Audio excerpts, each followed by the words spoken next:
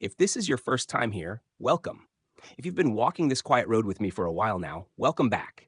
You've found a different kind of corner. No noise, no outrage, no endless scrolling, just space. I live alone in the woods of West Virginia, not to escape the world, but to see it more clearly. And every now and then, a thought rises to the surface. Not polished, not performed, just honest.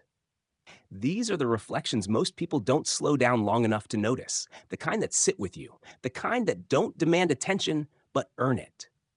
If you value solitude, if you think better when the world goes quiet, if you've ever felt more yourself when you're alone, you're in the right place. Let's take a few minutes and think. The people who learn to live quietly. Some people are not afraid of silence.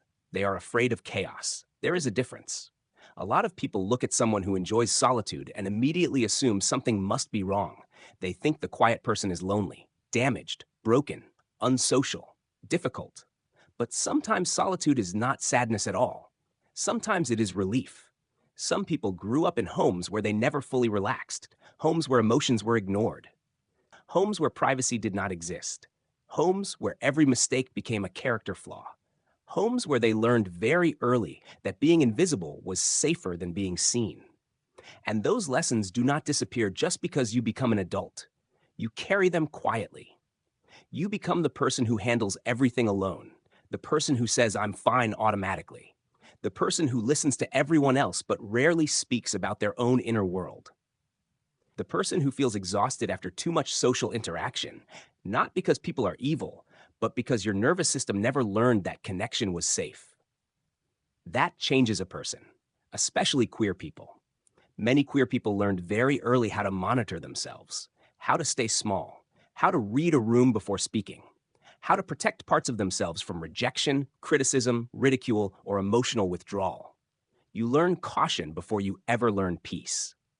And eventually, for some of us, solitude stops feeling like isolation and starts feeling like honesty.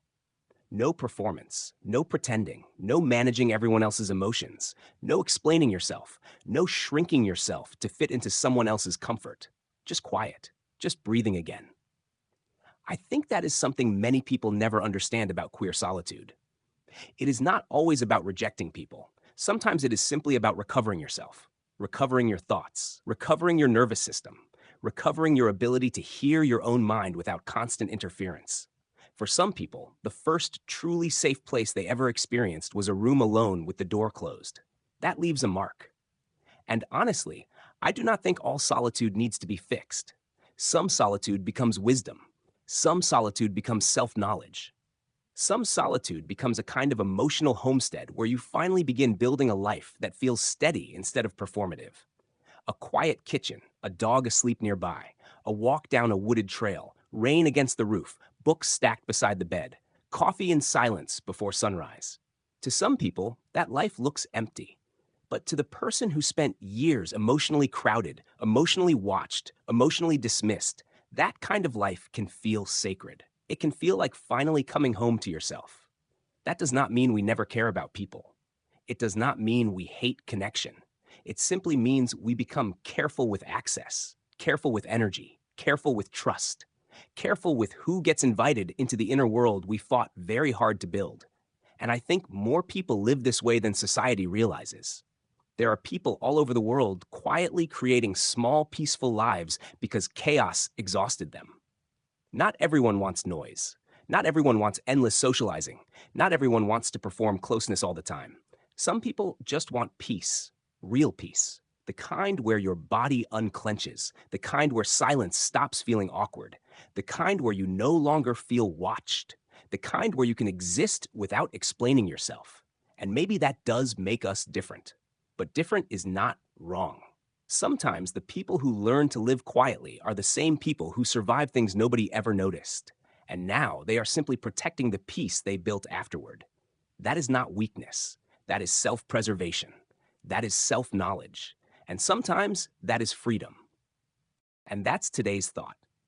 Nothing loud, nothing flashy, just something to carry with you as you move through your own quiet. If it stirred something in you, sit with it. If it challenged you, good. If it gave you a little more clarity, even better. If you value this kind of space, Help keep it alive. Like the video. Share it with someone who thinks better in silence. And subscribe so you don't miss the next reflection. Until next time, protect your quiet.